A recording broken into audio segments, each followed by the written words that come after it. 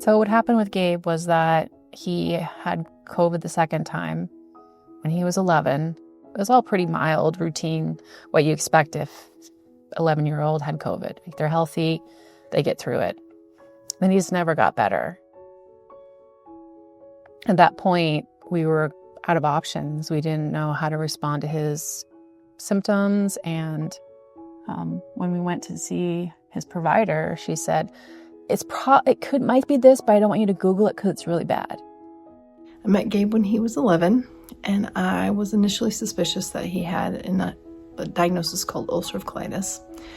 And my suspicions were confirmed as we went through the process of obtaining all the necessary diagnostic testing. And so she made us go and get some more testing and came back and she's like, yeah, it's what we thought it was. It's kind of bad. Fairly quickly, it became apparent that oral medications were not going to be enough to obtain and sustain a remission for him. And she gave us support like on all these options and things that could happen. And we're like, okay, we can just manage this. He just needed more than that. We spent about 4 months fighting with their insurance company to get this standard of care undeniably the appropriate next step for his treatment. All the while, Gabe wasn't doing well. He actually had a couple emergency room visits and required a couple different courses of steroids and antibiotics for an infection that he acquired. And you keep thinking that your kid doesn't have that serious issue. And then you get hit with the news and you got to kind of pivot.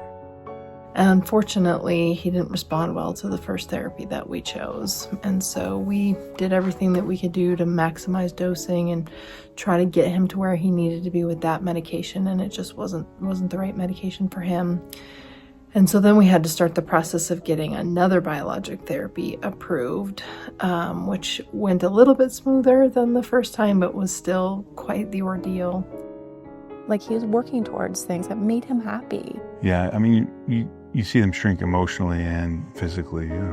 Not know how to navigate the world or interact with kids that are their age because they're not going and doing the same things.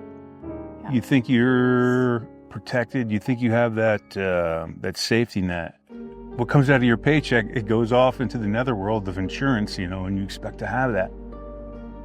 We work for the state of Montana, and we worked there for 19 years, and we still didn't have the coverage that our child needed. Shortly after we got him started on the new therapy, which was working well, and he was doing the best that I've seen him do, there was an unexpected change in insurance, and then we were forced to deal with the need for a prior authorization in a very short amount of time when we changed from one insurance to the next.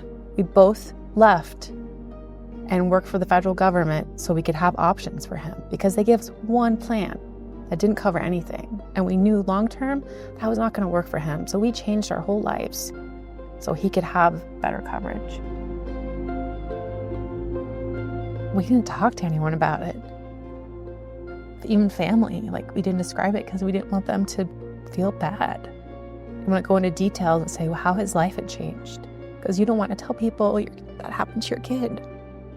And that was when I had come to know Rachel Markovich and the VEO Guardians group.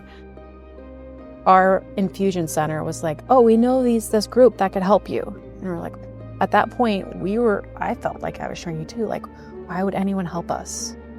All we've gotten is just walls.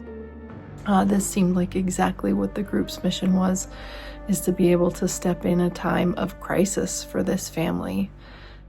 But when they saw an opportunity to help, they jumped right in. So. And we took them in, basically, as family. Hi, Dave. I hope you feel better tomorrow. I love you. See you tomorrow. I'm sorry you have a tummy ache. You are my friend, and I hope you'll feel better tomorrow. Bye-bye. We're thinking of you, Gabe. We hope you feel good. Bye-bye now. Hi, Gavin. I'm feeling better. Thanks for the video. Merry Christmas. To know and to see that Gabe was able to participate in student council for the first time and be able to thrive after he received the treatments we funded, it means the world. That's why we're here, and it's what we're doing. We feel honored and blessed to be able to have helped them. Nobody believes you, but you believed us, that we needed help.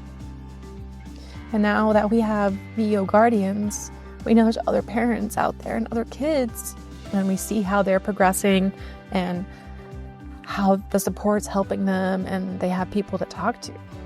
It's not just on us.